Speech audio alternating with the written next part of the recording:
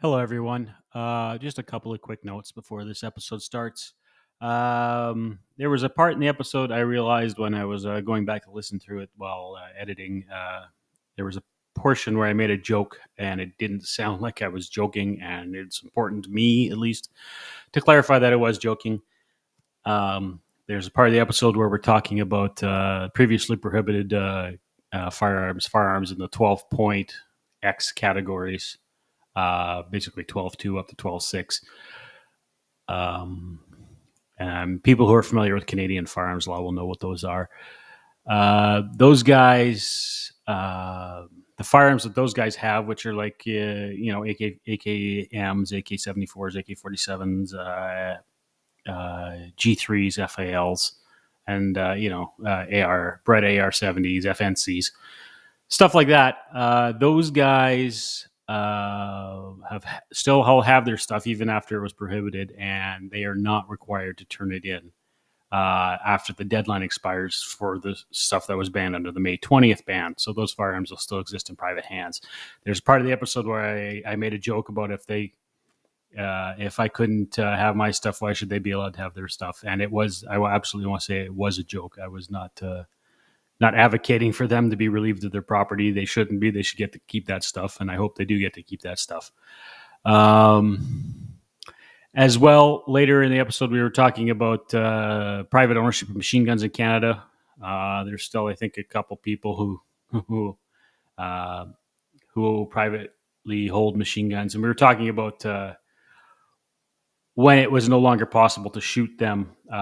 We basically got the dates wrong on that. We were talking about the 2006-2007 timeframe, and I think that's actually when the CFOs stopped issuing authorities to transport for the guys with those 12-point X firearms, not machine guns. It's been a lot longer since those guys have been able to shoot machine guns legally.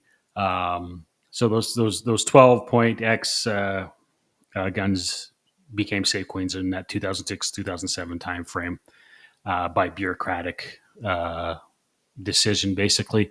And the machine gun thing, I think, was basically the same. It was a bureaucratic decision. It wasn't anything legislative, but the time frame was wrong. It actually happened much earlier. And even when it was legal to shoot them, I think that my understanding is only legal to shoot them, like a couple times a year and like heavily organized and controlled shoots at specific ranges. So just wanted to make those couple notes of correction, and I hope you enjoy the episode. Thank you very much.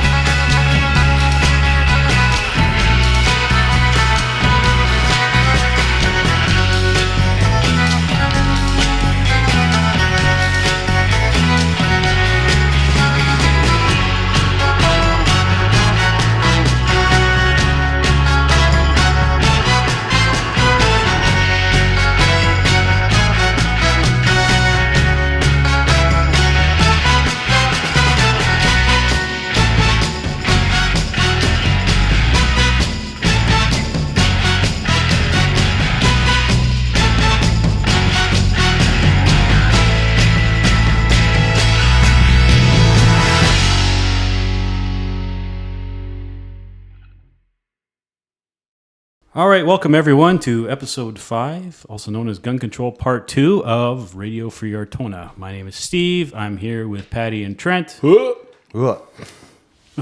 evidently joined the Marine Corps in the interim. First 21st Wolfhound. That'd probably be Armin. I don't know. Actually, who has Rangers, isn't it? Anyway, doesn't matter. Wiener used to always say that. I don't know what he got it from. I think it was. No, you get the old guys in the regiment. Murray's always doing that. Yeah, no, that was something they made up after a trip to the States. After every dismissal. Yeah. Dismiss. 2, 3. 1, 2, 3. LAR. Hoorah. Yeah. Yes. Still done. As of a year and a half ago, it was still done. There you go. But we digress. Yes. We do. Yes. Anyway, so today, before we get started, I know Paddy is fluffing up his tinfoil hat to talk about third and fourth order effects of gun control. But before we do that, I'm glad you said that. I'm very curious and not a little scared as to where this conversation is going to go and what my role is going to be in it. Yeah.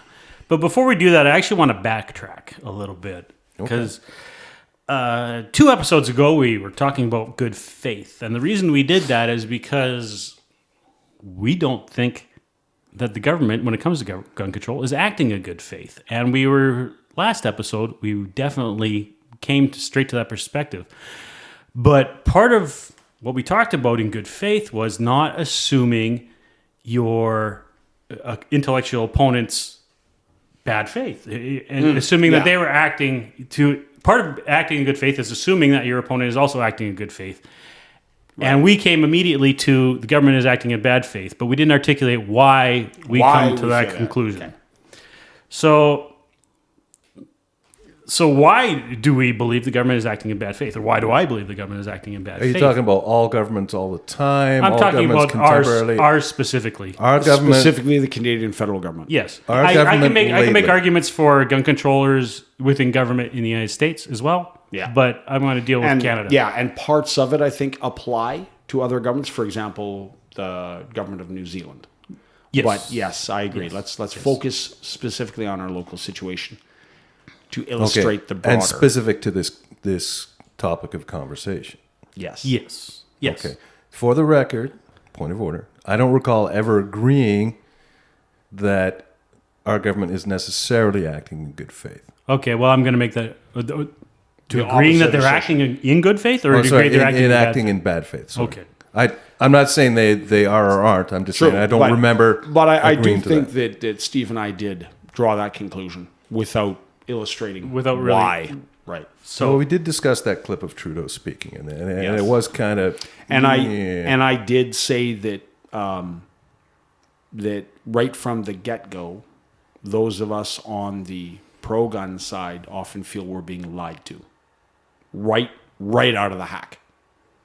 But we didn't elaborate. Okay. Beyond that point. So yeah, I will stop interrupting now. So.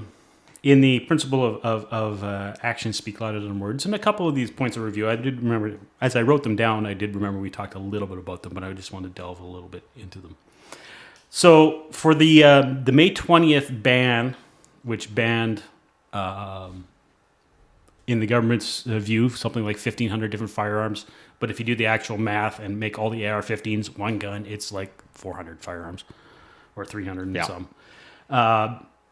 The way they talk about that, I think, is essentially dishonest because they use that inflated number as opposed to just lumping all the AR-15s together, which I think is more intellectually honest.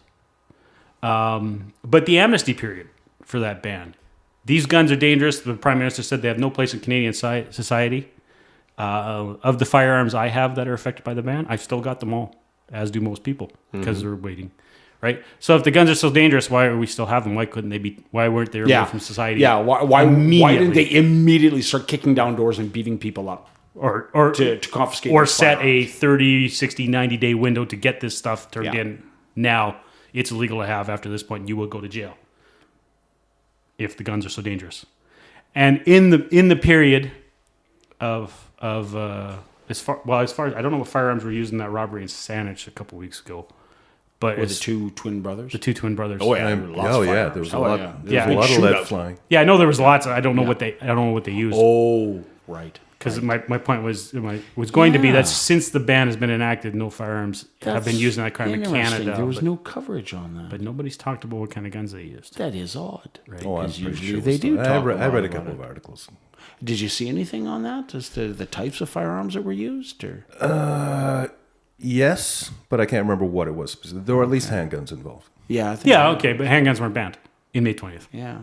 Right. Like did they use pump action shotguns or something? Or I don't think so. Did they have now prohibited firearms that they used? As far as I know, because as far as I know, since the ban's been enacted, none of those firearms have been used in a crime. Yeah. I'm not in Canada, and because we would hear about it if they were. Yeah, mind you, it's not like they were commonly used in crime before the ban. Well, they weren't, but that's one of the reasons we also think the government's acting in good faith, because the government talks about public safety, and then they ban firearms that are not commonly used in crimes, right? But they don't ban the firearms that are. So, that covers basically my first and second point. Third point was the PM's dishonesty, which we mentioned in the previous episode about the effects of the handgun freeze on law-abiding firearms owners, people who own restricted firearms and handguns in Canada. Of course, it's going to the regulations basically freeze our collections in amber, so we cannot buy or sell any other firearms. And anybody who's too young to presently own a handgun cannot purchase handguns. And so basically, all it does is disarm people who aren't committing crimes anyway. And it doesn't take guns away, because if the guns are so dangerous, shouldn't they be removed? But they're not. I get to keep my guns. I still get to shoot the guns. I still get to shoot my handguns. You can still take them to the range. You can't. I just can't sell them. You can't sell them. So, and then next point is essentially, and this touches on the last point, is the substance of the measures enacted won't affect the vast majority of the criminal use of firearms, which we know are firearms obtained usually through smuggling from the United States. Or abroad, Or in the case of like a lot of pistols. But from the Pacific Rim. But they'll absolutely will not.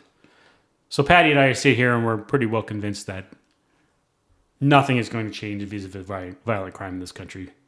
Certainly not. For violent crime is in what causes the vast, overwhelming majority of firearm deaths. Which is crime. I'm gonna say lower level crime, everything from robberies to turf wars between organized crime factions, this sort of thing. That will not change even in the slightest. But then I will also say that gun control advocates simply do not care.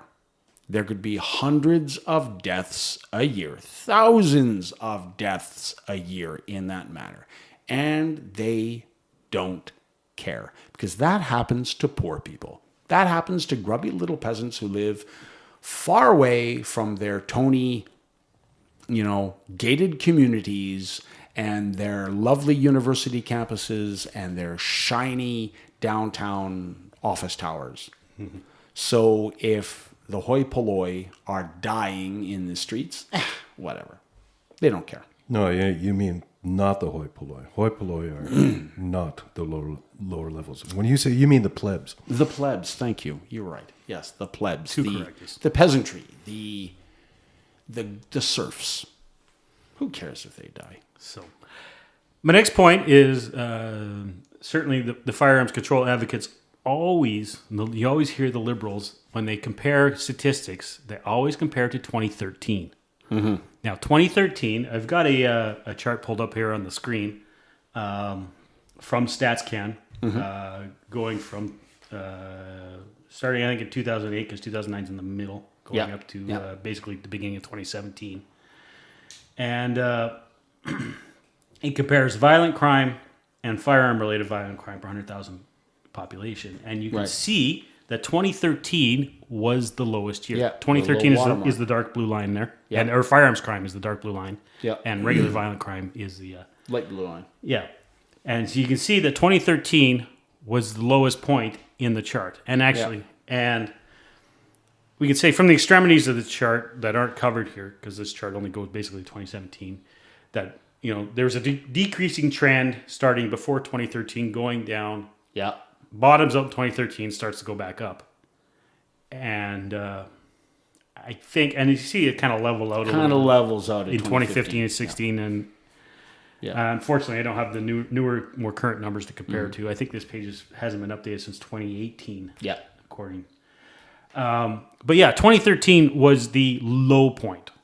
For firearms crime in the country. And it's an outlier year. Right? Comparing to the year before, the year after is a much more relevant compared to everywhere else. Every other year. So I think that is a fundamentally dishonest thing. Of course. So you can go 10 years ago, 12 years ago, 15 years ago, but we always go to 2013. Of course. Just like the outlier. Australian gun control advocates always love to say, oh, well, look at the amount of gun crime after they banned firearms. instead of saying, well, look at gun crime through the entire 20th century, where it's clear that their legislation is completely ineffectual. It hasn't made a single blip. Gun crime was so low in Australia in the first place that legislation makes no difference. But it's intentionally intended to deceive by starting at a certain point. But any good statistician will do this. Yeah, but there I disagree with you, right? And this comes back to the bad faith, good faith concept, right? Just because someone presents something a certain way doesn't mean they're intentionally acting in poor faith or intending to misrepresent it, right? They might have blinders on. If it walks like a duck, if all they see if it is sounds like a duck, this is what it means to them. Looks like a duck. That's why you have conversations. That's why you have a conversation where someone points out, "Hey, but." I'm not saying they are acting in good faith, but I'm not saying they're necessarily acting in poor faith either. If these sort of things, if these kind of statistical manipulations were few and far between, I would definitely be willing to entertain that notion. Well, that happens all the time. You're right. Over and in fact, we never not see it. Right, but okay. Like when that's the only way the numbers are ever presented. Okay, but now, so here's my question. Come on. Do we have any stats on how many times stats are quoted in an argument versus when they're not quoted in an argument, right? I mean, it's, because I'm sure that happens a lot. And anyone using stats is going to maybe in poor faith, maybe not, present them a certain way.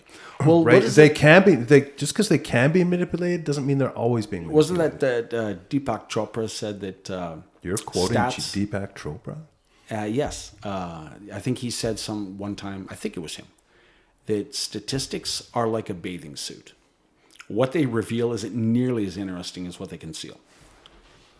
And it's almost, in our culture now, we are almost at the point where it doesn't matter what we're talking about. I could be talking about like egg production in Saskatchewan. Mm-hmm. If I quote you statistics... Mm-hmm. At least 20% of my audience is going to be skeptical because they think, all right, the only time you ever quote statistics is if you're trying to deceive. I mean, we have collectively seen so much manipulation of statistics. At the same time, over the last 50 years. At the same time, it's almost universal. We've become a society that's used to like 3-second sound bites. We don't have an attention span that's geared for anything more than that. Right? So you need that. And so, yes, in a lot of ways, I think, speaking to poor faith, I mean, it's become poor faith almost in its own right, just to, whether it's marketing to people or broadcasting to people, it's like you have to work within that. The limitations of the medium? Just that, not just the medium, but the attention span it's aiming towards, right? You got to be able to grasp it. So you need not just a statistic, you need one that stands out. I will offer you the olive branch to say that what you are saying is possible. I'm not going to subscribe to it, but I will acknowledge that yes, what you're saying is possible. Oh, I appreciate it. And likewise, it's impossible to prove a negative, but I find it hard to believe that 100% of the time that anyone pulls out statistics, they're doing it in poor faith. Unless their name is Justin Trudeau and they work for the Federal Liberal Party, but I digress. My last point. Oh yeah, Steve. Hey, how's it going? That guy. Remember me? Yeah, the guy over here behind the screen. So my last point. Back in, this is a little technical, but that's why we're talking about Canadian gun control specifically here. Back in 1992, in response to the École Polytechnique shooting, the Conservative Party, drafted a legislation known as Bill C-17 in response. And in that bill, they created a number of prohibited categories. Now, in Canada, just because a firearm is prohibited doesn't mean you can't own it. It just means you had to have it before it became prohibited. Right. So there's a bunch of guys who have firearms similar to what were banned in the May 20 ban. Mm-hmm. They have specifically firearms like FNFALs. Yep. Yes, exactly. Which actually FALs were prohibited in 1978, but I think 1970 or earlier. No, or not earlier. They were not prohibited in C-17. They were prohibited before. Because I remember guys bringing their own C1s to exercise. Yeah. Oh yeah. Okay, maybe it was. Maybe I'm wrong. Anyway, FALs, G3s, AKs of all varieties. Yeah, they've been banned for a long time. Yeah, but these guys never had to turn them in. They were just couldn't sell them. It was similar to the hang and freeze. These guys still have theirs, and when the amnesty for the May 20th ban runs out, and we have to turn in AR-15s and all the stuff named in that one, they still don't have to turn in their AKs or their G3s. Yeah, they're still safe. They're still allowed to have them. Yeah. Right? That is odd. Those guys are older, they're miling out, and those guns can be transferred between owners with the status. Right. Yes, I heard that. It's different. So if you have the prohibited status, you can buy someone else's AK. Right, okay. Yeah. So it's my argument there, or I would point out, it's not even really an argument, I just raise the point that you can't fault this government for the inadequacies comparatively, quote unquote, of the previous government. Why not? Likewise, you can't fault that government for failing to achieve what this one is, right? Shouldn't they be? But if they're going to, if they're going to make gun control a priority, shouldn't they be trying to correct glaring mistakes in previous legislation? Possibly, but it is their job. The previous government, the government that allowed this to happen, obviously wrote in that grandfathering in a certain way, right? Yeah. Mm-hmm. So this government's coming in, they're saying, okay, we're not going to make that mistake again, right? Because now they're doing it to stuff that is currently not prohibited. Not prohibited, right? Yeah. Now, you start going after those other... previously prohibited stuff. Right. That you're speaking of, the FNs, AKs. The AKs, all that stuff that was grandfathered for those particular gun owners, that's a completely different ball of wax. It's a completely different legal battle, right? Is it? I get what you're talking about. Because the legal battle was actually fought back in the 1990s because there was one category they seized that included the most famous firearm was the Spaz 12 shotgun, which was prohibited. The alley sweeper. Yeah. Yeah. But and there was a couple. I want to say Uzis, but I don't think Uzis because I know a guy who's got one. But there was a Spaz 12 shotgun and a couple other firearms that were in there, and I can't specifically remember what they were. They seized those guns, but they didn't seize. And there was a court battle over it, and the Supreme Court at the time decided, well, the government has demonstrated that it's in the interest of peace, order, and good governments for them to seize these guns without compensation. They did seize them without compensation. They just took them. And the Supreme Court said it was okay. So the Supreme Court at that point, basically overturned any semblance of property rights in this country because the government can seize if they can make an argument. That's right. They can. Right. But so to me, my point still, I think I appreciate the logic you're saying, right? And it's easy to go after the current government and say, well, why aren't you doing something about those guys? And I can't imagine those guys would be very happy with you suggesting this, by the way. You're not making any friends. But as a point of logic... No, but if I can't have my shit, why should they have their shit? Fair enough. But... No, that's a negative attitude to have. It's not what I mean. I'm just trying to make the point. You're making a perfectly logical point. But all I'm saying is this is like, every time you hear the U.S. where someone pushes a bill through and then someone says, well, let's tack on this amendment. Right, and the amendment kills it. Yeah, right. I see that. Well, I see that playing out the same way. We can talk about that in the context of gun control as well, because there's a famous Americans will be very aware of this. There's a bill passed under the Reagan administration in 1986 called the Firearms Owners Protection Act, which was originally designed to enshrine. More specifically, enshrine some firearms rights. I can't remember the specifics of it. But what happened is that bill got amended with something called the Hughes Amendment. The Hughes Amendment banned the production, because up to this point in the United States, domestically produced machine guns were legal for anyone who lived in a National Firearms Act permissive state, were legal for anyone to own, and they could be, new manufactured machine guns could be made up to that point. The Hughes Amendment banned and essentially capped the number of legal machine guns available for ownership in the United States. Right. And so what that did is that vastly inflated the prices of machine guns in the United States. A lot of people think that machine guns are not legal in the United States. A lot of people think machine guns are illegal everywhere. It's not. Machine guns are legal in a number of states, except where they're specifically banned. They're very highly regulated. And the pool of legally obtainable machine guns for normal people who don't have special firearms licenses, who are just regular people who want to collect these guns, was limited in 1986.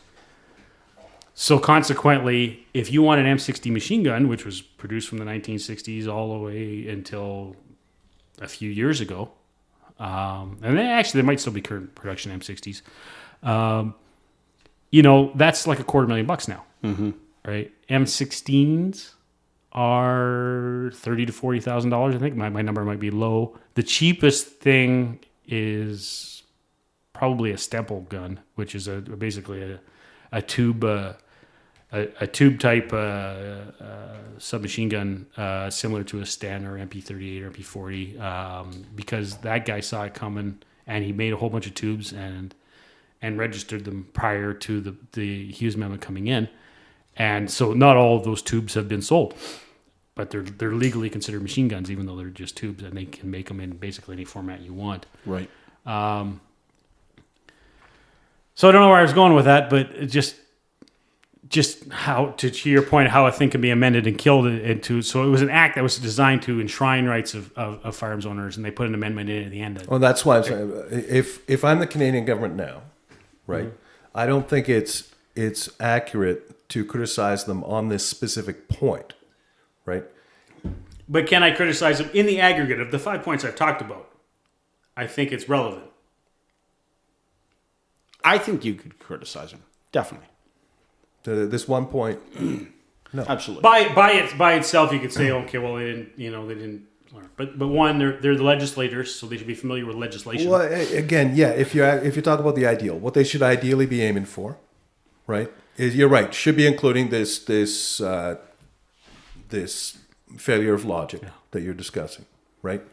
But from a practical legal perspective, I would suggest that it's probably much simpler to just go with the ones that are currently not prohibited and prohibit them. And you don't in any way want to tie it to a bunch of firearms that are owned by people that were grandfathered in previous legislation. That's just complicating things. You don't want to do that. If you do that, you do that as a separate bill. That would be my ticket. Now, the less good faith aspect of this is that it's irrelevant to the current conversation. Right? Nobody cares about these people who own these grandfathered weapons. They're not the news right now. AR-15s are the news. There's something to be said for that. Maybe the government has already achieved what it wants as far as those people and those firearms are concerned. I'll let that marinate for a little bit.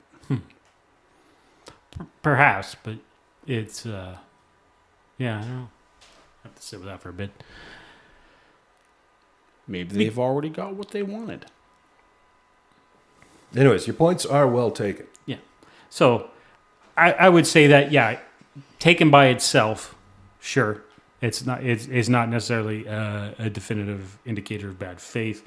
My argument is that taken in aggregate with my other points, that those points collectively add up to bad faith. You can easily take that one, set it aside, and I have admitted a bit of an element of poor faith, just not the same as yours, to it. But you could take that one aside, and there's enough good faith to go around, or enough poor faith to go around. Right.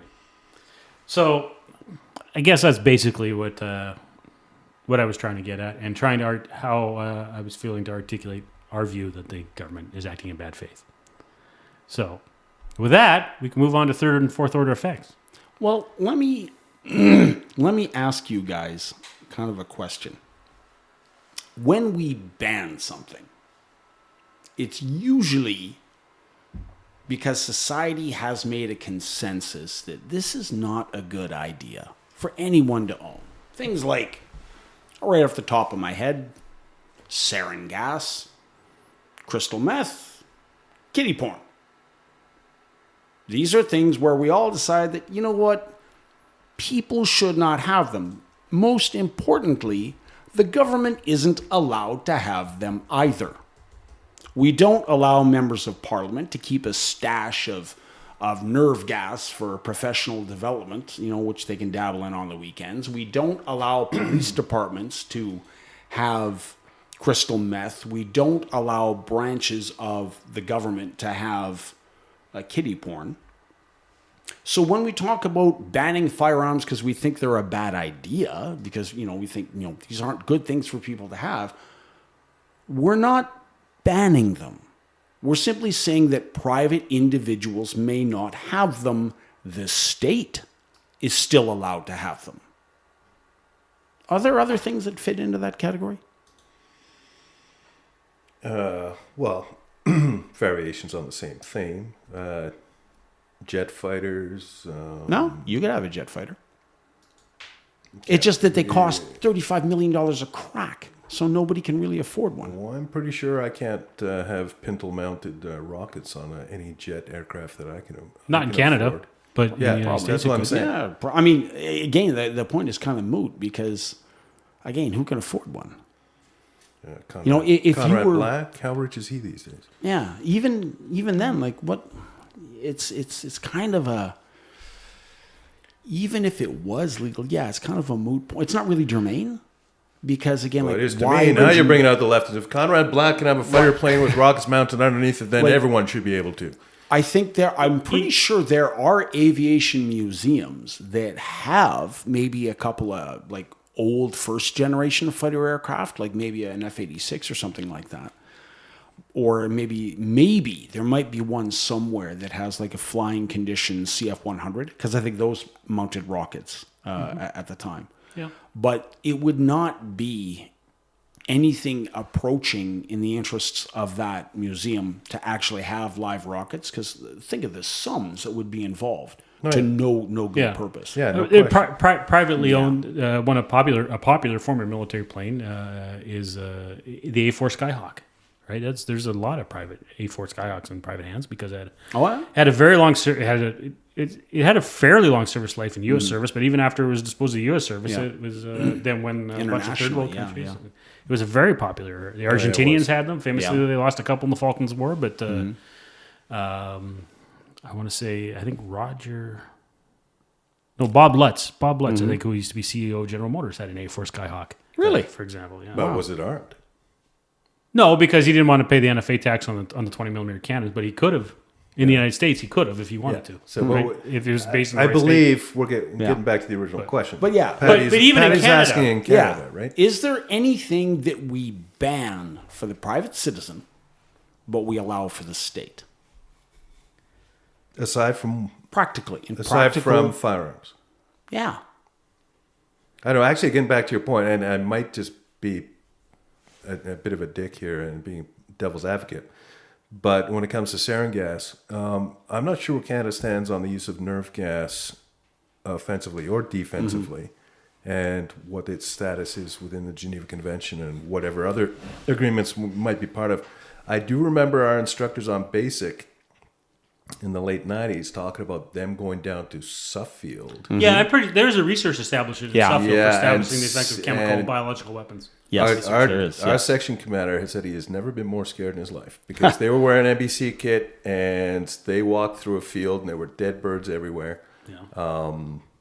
And they had that gas released around them. So I do believe we do allow our federal government, or it allows itself, to own that specific nature of product. Well, and there's specifically the process, the there's also like medical research establishments that maintain very deadly viruses, right, for research purposes. I mean, that's how we got into the current mess. Yep. Right? Oh, really? No, we're not going there. Not today, okay, folks. so technically, that would be one example. It's a thin one, but it is an example that we might use to illuminate this discussion. That's no, and I agree. It may not I was unsure whether to even bring it up. But yeah, it's a bit of a reach, but it's still something to think about, right? I guess it depends, because we're not taking a whole class of item out of the mix and saying, private citizens can't have them. We're just saying certain items within that firearms class now only the government can have, and that's I don't necessarily think that's unreasonable. Going back to what we were talking about earlier, I don't see a need for anyone to own a 50 cal. I mean, I'm sure it would be fun to own a 50 cal. Well, as a museum, you can. Right. Museum. Okay. Yeah. I'm going to allow Yeah. that there should be exceptions for archival purposes, right? And But we're talking hands-on. Like nothing was like what was amazing was actually being allowed down into the LAR Museum. Yeah. In the basement to see their collection down there. It is quite and see everything. Yeah. Sten guns, Bren guns. Vietnam vintage M16s, MG42. I think there's a 30. Yeah. Can't remember if there's a 34. There's a Vickers, I think. Yeah, there's a bunch of stuff. The Vickers. Yep. Right? I mean, Lewis guns. They got a Russian Maxim gun. They got a whole bunch of neat stuff. Yeah.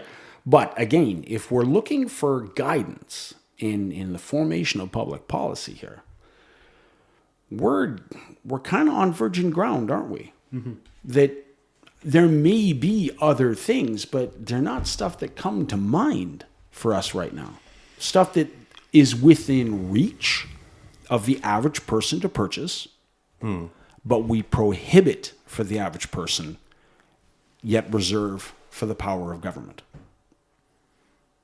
Like again, nothing really leaps to mind. Well, and I'd say, firearms, and in this case, it is weaponry. Yeah. For the purpose of government ownership. Yeah. I think that's kind of where the argument lays, right? So that the state can protect the monopoly of violence. That's generally how it's been looked at. Yeah. Yeah. Well, that's the term. That's the term I remember from my studies on the subject was the monopoly of violence. Yeah. That this is a major step forward in the rule of law. Yeah. That goes with the idea of the evolution of a judicial system and a police force. If you are wronged, you don't just grab your sword and go over there and exact your revenge. Mm-hmm. If you are wronged, you pursue this through the judicial system and the legal authorities. Okay. And if violence is required, then it is done through the mechanisms of the state. It is not you who goes and exacts revenge. It is the sheriff who then, if need be, violently apprehends the individual, and they have their day in court. Depending on which level of state we're talking about. Yeah. Absolutely. Yeah. Yeah. Right. And I'm trying not to bog this down because I know you're going places with this. But I just thought that's something we need to think about.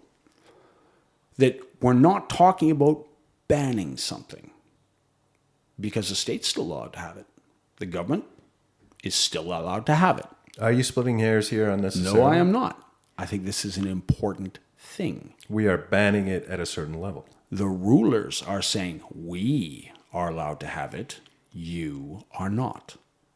That is important to me.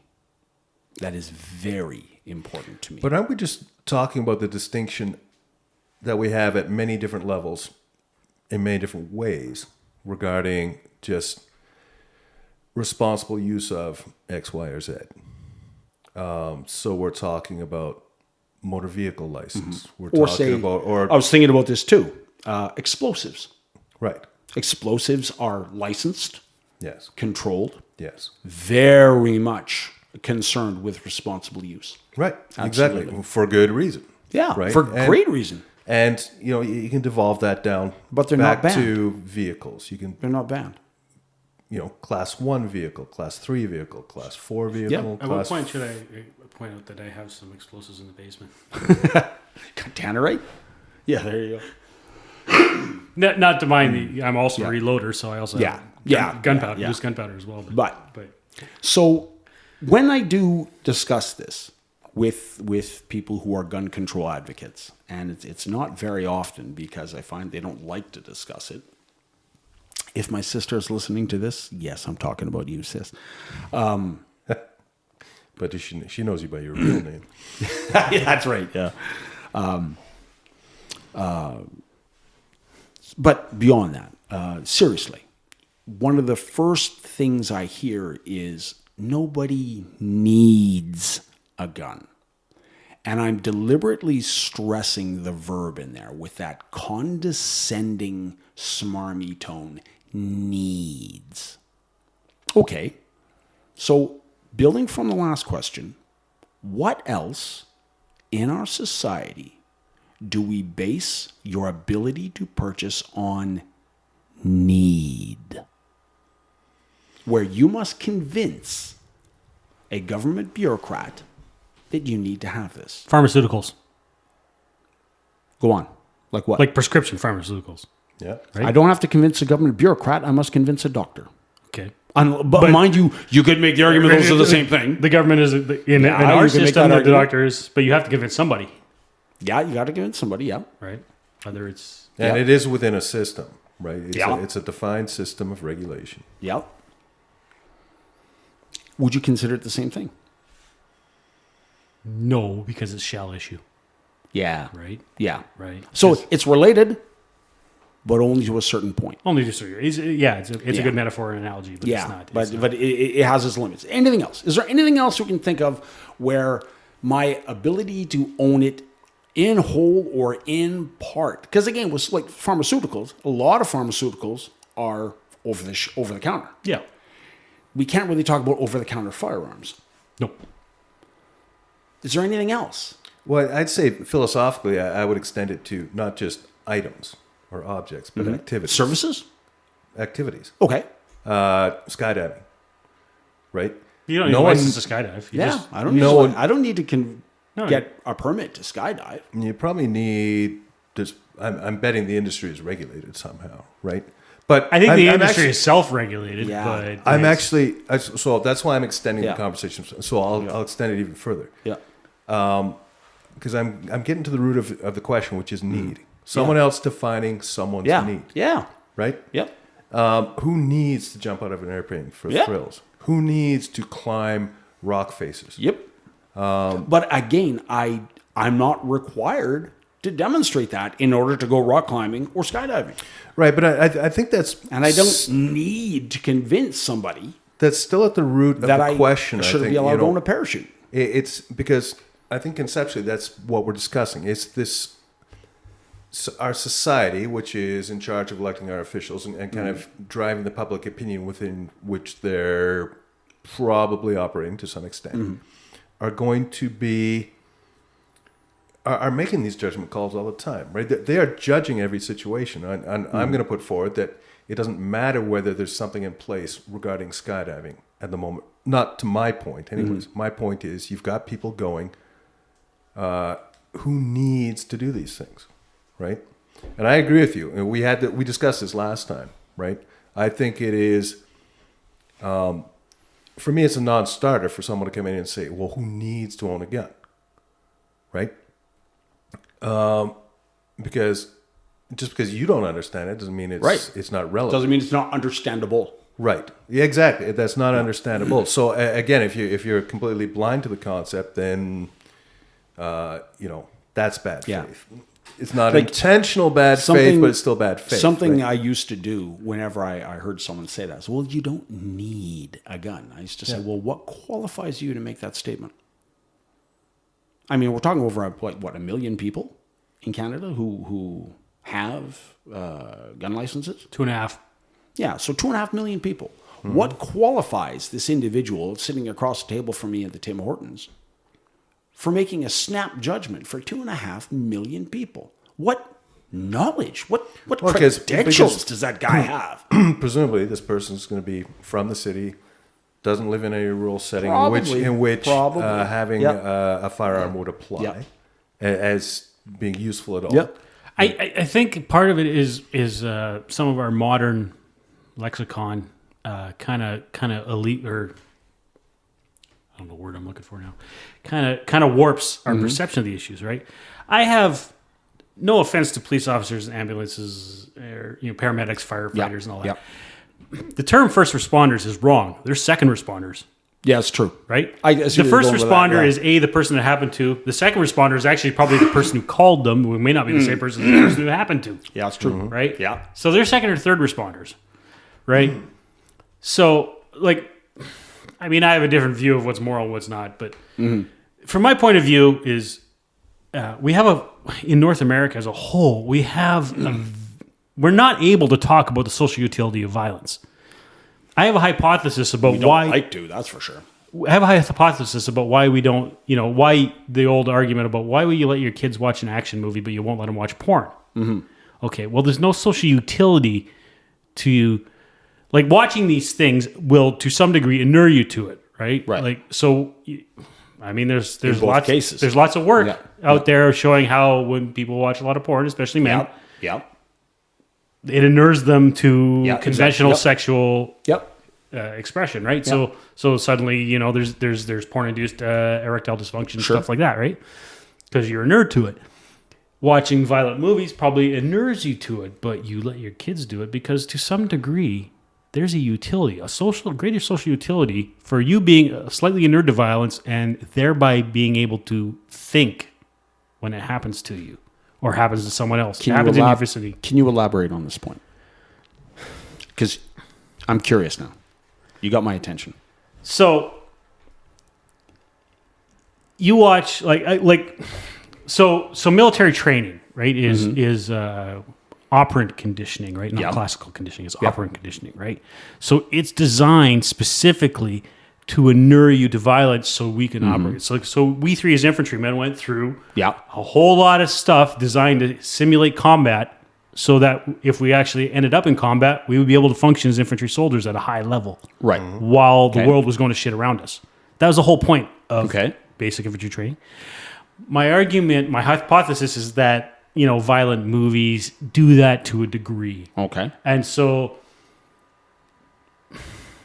I came up on this because, Jordan Peterson's point about, societies do things for reasons we don't always understand. Right. But there's almost always a reason. There's almost always a reason. We just haven't explored why it is. Yeah. So why you would let your kid watch an action movie, but you won't let your kid watch porn. Right. It's because of the lack of social utility to the porn. Yeah. But there's a social utility inherent in the action movie. Yeah, and we don't necessarily understand that. I always thought it was kind of like because the action movie taught certain lessons that we wanted to reinforce. For example, the triumph of the good guy. Yeah. Good over evil. There's that too. Yeah. But when you just comedians are always good. Like Carlin had a whole bit about this, watching kids watching porn versus kids watching action movies, right? Yeah. And it was part of, I think, his baseball football bit too, right? Like how baseball was pastoral, football was violent, and and stuff like that.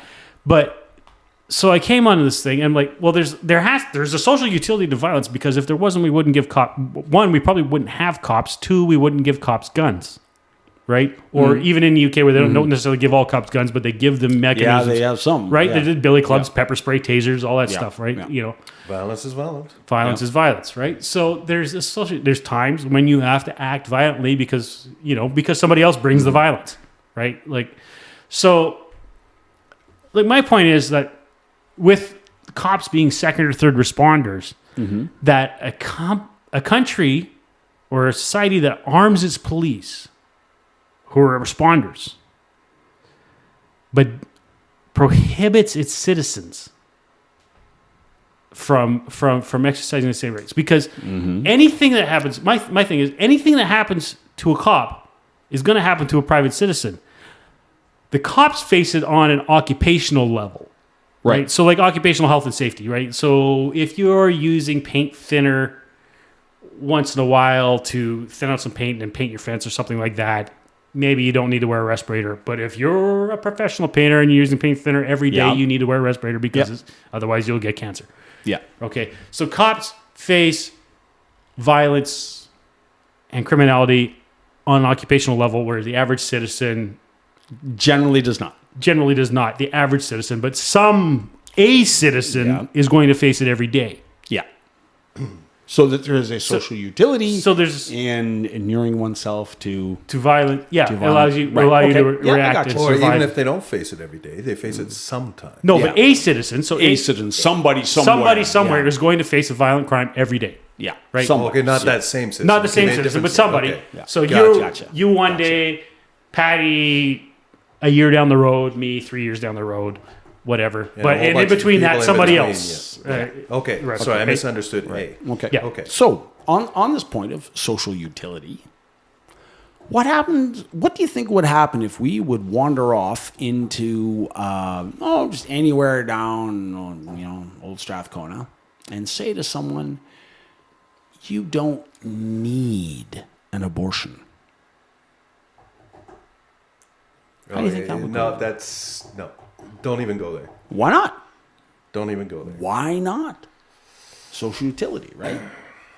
If we can say you don't need a firearm, therefore you're not allowed to have one. Brother, do not go there right now. Because this is taking this conversation way off track. That is no. Okay, let's not explore it, but at least tell me, what do you think the reaction would be? Oh, it would be Out and out hostility. Absolutely. Yeah, like it would be unacceptable. It would be a great big Riot. Like, You'd be a who the hell fracas. do you think you are? Pure Sixer, Donnybrook. Yeah, exactly. Actually, exactly. So is it safe for me to say that this whole approach, that A, we can't find a parallel for it, where you have to convince somebody else that you must convince the state that you need it before you're allowed to buy it. We can't find a parallel for that. And then when we do create parallels with other contentious issues, it is fraught with problems. So can we at least say that this whole approach upon which gun control is largely premised is dangerous and is problematic and requires extreme caution at the very least? Like, I'm using very conservative language. Well, here. I would say extreme caution across the board is definitely in order, right? Just having the discussion, right? The conversation up until Steve brought up his latest point. And Steve's latest point itself, to me, reinforced that what we are really talking about across the board is responsible use of firearms. That's what it comes down to across the board. It's and where do we define what can be responsibly used reasonably, right? So we're saying in Canada, machine guns, no. Right? Fully automatic, no. More than 5 rounds in a magazine. They're not. No, actually, machine guns are legal in Canada. They were prohibited in 1978. But again, everybody was grandfathered. So and there's private machine guns. Are allowed to have them in the state. Okay, but prohibited firearms aren't allowed to be fired. Is that not correct? That is a relatively new thing. That's true, but it's relatively new, and that's since about 2007. And it wasn't any act of parliament. It was just the legislative or judicial interpretation. The chief firearms officers stopped issuing authorities to transport to the range. But it was basically a bureaucratic move. It was not any legislative. Okay. So up to that point, when they chief firearms officers collectively decided to stop issuing authorizations so to it's transport not those. Even judicial. Not only is it not legislative, it's purely it's not bureaucratic. even judicial. It's purely an executive function. Yep. No, bureaucratic function, not executive. Well, the bureaucracy is part of the executive. Yeah. Fair enough. Okay, but my point is this, that everything we talk about always comes back to the same thing for me. It's where we are choosing to define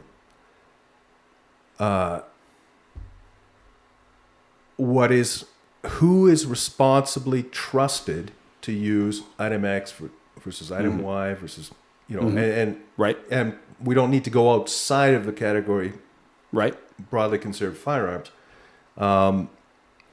because we can break that down enough to have enough discussion generated there, right? So there's what the government's allowed to have because they are, let's say, in an ideal world, responsible enough to wield certain items that the individual Can I say something really provocative in that? Sure. So in other words, to borrow Bastiat, they are made of finer clay than the rest of us? No, I mean, that's, again, we risk going on a tangent into, and we've discussed this before. What is the role of government? Right. What should the extent of I'll government leave it be? at this: we're definitely treading upon the idea of equality before the law. That the rules no longer apply to the rulers, or that the rules no longer apply to those who enforce the rules. I think at the same or on time, dangerous ground. At the same time, what we're discussing is a fundamentally democratic concept, and overwhelming public opinion, right? And that's where good faith, bad faith really comes in. What do you mean overwhelming public opinion? If the majority of Canadians are willing to allow gun control in whatever form to occur, right? That's democracy at work, right? And that's why I say that the good faith, bad faith is really important at this point, because we really need to be able to have a proper discussion about this. And I do believe that is not occurring, right? And not just because the government is operating in poor faith, or an absence of good faith, but because I'm going to say both ends of the spectrum are incapable. Because we had this in the good faith, bad faith discussion. Nobody's capable of having a good faith conversation anymore, except for the three people around this table and maybe the handful of people folks, listening to us, right? Most of the people in the political arena are well beyond good faith, bad faith. You were going to say something. Yeah, the train of thought derailed. Sorry. Oh, sorry, bro. Okay, well, and the other, but I want to go back to just I never got to finish my point about where I was going with the social utility of violence, and so the police face violence on an occupational level. Yeah. So I'm not trying to disarm cops. Yeah. Right. They should have their handguns. They should have their tasers. They should have their AR-15s. Yeah. But like we said, violent crime will happen to someone every day. Some private citizen every day. Yep. We don't know who that private citizen is going to be tomorrow or today or yesterday. So to me, a society that says, okay, well, this guy who is the cop, the agent of the state may defend himself, but the citizen may not. Exactly. That it loses to me. That's an immoral argument. Yes. And that's me perception. It is a violation of equality before the law. Yeah. We're creating a different tier of citizen. Yes. Again, not to get sidetracked. But well, and we can look at that in what happens to cops versus what happens to legal firearms owners when there's an unsafe storage regulation is breached or something like that. So there's been times like it's happened here in Edmonton. It's happened in Calgary. Officers haven't taken their firearms home. They went out to socialize after their duty shift, and the firearms are stolen out of their vehicles. Yeah, happens routinely. If that happens to a private citizen, that private citizen is going to jail. Yeah. If it happens to a cop, they get fired, but very rarely there's a criminal prosecution. Administrative leave. Yeah, but there's almost.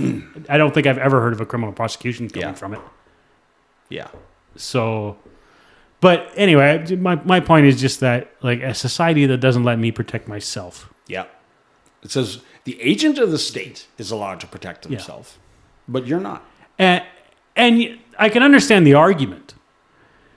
But we have the example. I have up on the screen a story about Eli Dickin, who just prevented or attenuated the attempted mass shooting in a mall in Indiana in 15 seconds.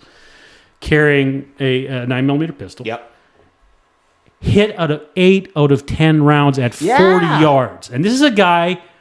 He's obviously been practicing. He's been practicing, but he's admitted he's got no formal training. He's never been to any one of the plethora of advanced or an IPSC or a Black Badge or a Pat McNamara or Gunsight or Thunder Rancher. He's never been to any of that. He's just done it on his own and probably with YouTube. Yep. And he's done better than most cops ever do. There was 5 or 6 years ago a shooting in New York City, officer-involved shooting. 2 officers were shooting at a fleeing criminal, NYPD officers. I think between the two of them, they fired... Well, they got 9mm, or they have 40 cal Glocks, but they fired about 26 rounds. Yep. Didn't hit the guy they were shooting at once. Hit about 8 civilians. Yeah. There's lots, and you can. Yeah, well, I'm sure these are not one-offs. You don't have to nitpick to find that, right? Like you could find this guy. Yeah. Maybe this guy did exceedingly well. Yeah. Right. Then better than the average civilian. Maybe perhaps he's got a natural talent. I have to admit, I don't have a natural talent for marksmanship. I have to practice. A lot to achieve the level I have, the level of mediocrity I have. But I've shot the RCMP qualification test, and I could almost do that blindfolded. Mm-hmm. Right. So it's part of the bad faith is the narrative that the agents of the state are well trained. Yeah. And we have differently to say made of finer clay, and that's not to say that our own local police forces like the EPS or the Calgary Police Service aren't trained well, or even the Alberta Sheriffs are trained well. But I know that the federal guys are not trained well. So, and I know some guys, some RCMP officers who are good shots because they're enthusiasts. Because they practice on their own. Right, they're also private gun owners, right, and that's. Yeah. And that's, I think, probably, I don't know if that's a second order effect or third order effect, but as we get into the recruiting of people for to become agents of the states, and they become less qualified and less able to do their jobs because they don't have a background, right? Like if you look, I would say that's definitely a second order effect. Yeah, no doubt about it. If you look at snipers, right, from the military perspective. All the really accomplished snipers in history come from a rural background where they grew up hunting. Yeah. And many of them grew up poor, so ammunition conservation mattered because bullets are expensive. Yeah, and they were already basically trained in the principles of marksmanship. Yeah, they had to learn the principles of marksmanship because if they didn't... Yeah, they didn't. If they didn't practice the fundamentals, they went hungry. Yeah, they didn't get the harvest. Right? Like Carlos Hathcock, had to feed his family with squirrels and stuff with a 22, right? Yeah. Like he grew up very poor, and so if you can't do that, and the government's like, well, we're not banning hunting rifles or whatever, right? Okay, yet. Yeah, exactly, yet, right? And again, this is the good faith argument. Yeah. Where when they say we're not trying to ban hunting rifles, I have zero confidence in their good faith. No, yeah, me too. I think, no, you're just not trying to ban them yet. Yeah. So on this point of social utility, needing something, let me then apply this dangerous concept. And again, once we open Pandora's box here and we embrace this in our code, how do we apply this to global warming? Do you need to own your own automobile? That's a very good question. Do you need this house, Steve?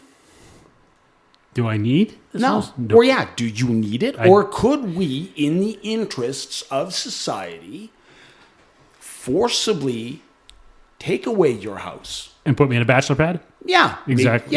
Make you live in a little row house somewhere, or share a 3-bedroom apartment with 2 other individuals. Yeah, or force me to house 2 other individuals in here because once we've already said that now, it's not that you may do whatever you want to do so long as it's not prohibited.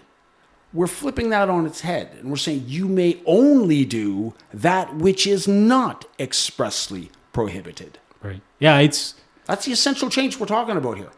Well, yeah, it's getting away from the principles of the common law. Yeah. From which we... Do you need to travel? Do you need that holiday in Mexico? Well, and they're abridging the travel, right? Because with ArriveCan, ArriveCan's probably a separate episode, but... The left has already revealed in the COVID crisis, they have a mania for rationing and internal passports and movement control. Mm-hmm. We are giving matches Trent and is looking gasoline very skeptical right now, but I'm just like, I'm setting my watch I'm setting my alarm on my non-existent watch for 12 years from now, and we're going to reconvene and play this episode if we're allowed to. And if we're allowed to, I think that'll say a lot about the state of where that conversation. Well, there's the other. I mean, it's, again, separate episode. What's the bill C11? Yep. The media bill. Yep. Right. We may not be right. Yeah, we may not because be we're not allowed. bilingual. Right. Yeah. We might not meet Canadian content. Yeah. We might be. This might be scrubbed from the internet and down. Actuellement, on n'a pas de problème. Moi, je parle français. Je suis bilingue. Alors voilà. Je comprends un peu français. Il parle très lentement. Well, yeah. That's about the limit of it. Je ne parle pas français. That's me, right? Okay, let's define bilingual.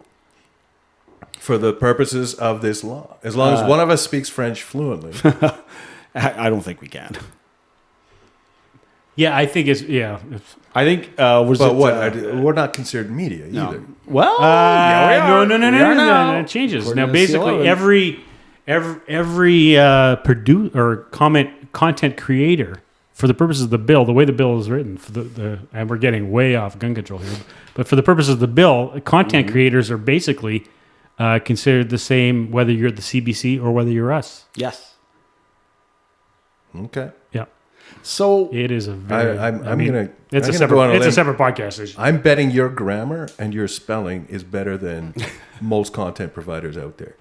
Not when I'm speaking. Not when I'm like. Yeah. But anything you type in there, I cannot believe the. Not when I'm 4 whiskeys into this, but anyway. So, again, you don't see an issue with allowing government to determine everything we do, and we already talked about services. So it's not just possessions, but services being based on what someone thinks you need. I don't have a problem with, and I'm going to take the word government out of it for a second, right? I don't have a problem with some sort of regulatory body kind of setting minimum standards in all sorts of things. Right, how my car is built, what can and cannot go into foods, just whatever, I think some of this stuff should be defined and standards should be maintained, right? Okay, whether that's government or not. But now, when we talk about objective versus subjective standards, right, and also, well, absolutely. So a firearms license, you're trying to zoom out to extreme, like I'm just answering your question. I'm answering your question. And I'm trying to pull you back down to a specific. Say, okay, let's talk about the effects on the ground. Okay, so yes, we have established that government and regulation is a necessary evil. Okay. So what extent?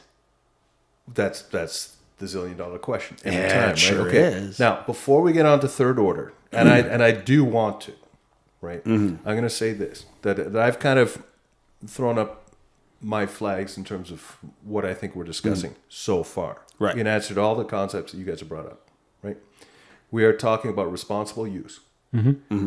We're talking about people defining that responsible use in terms of reasonability through their own perspective. Who needs to own a gun? Yeah. Right? And we are talking about it in a society that is driven by liability. We're talking about it within a society that right now is favoring gun control. We're talking about a society that is doing so in knee-jerk reactions to violent episodes, as you've pointed out, that aren't part of, quote unquote everyday crime, but the stuff that makes the news and horrifies and goes, this could have been me, this could have been my kids. Yes. Right? And we're doing it within the context of a society that doesn't know what inconvenience is, let alone hardship, as I keep going on and on and on. Right? So these things are all adding up to the discussion at hand. Right. Right? So that's my approach to it right now, before we start getting into third order, fourth order. So when you're talking about, you're asking me that question, all I'm saying is, you know what? Gun ownership is a reasonable concept to me, right? People are reasonably upset about these horrific things that are going on, right? And all that the gun control conversation is meant to do for me, is find out what resolution there is to prevent these things from happening, knowing that we're not going to be able to prevent 100% of these things from happening, right? But how can we achieve the next best thing? That is the tightrope act that we are performing here, right? As a society, as three guys sitting around a microphone. I would humbly submit you are an outlier on your side of the fence, and that the majority of people pushing for gun control or gun prohibition are not asking for those things. They are using your stated objectives as a smokescreen to get public disarmament. I see no evidence. I see no reason for that to occur. After the break, that's where I want to go. We get a break? Mm-hmm. Yep. Barbecue. Later, folks.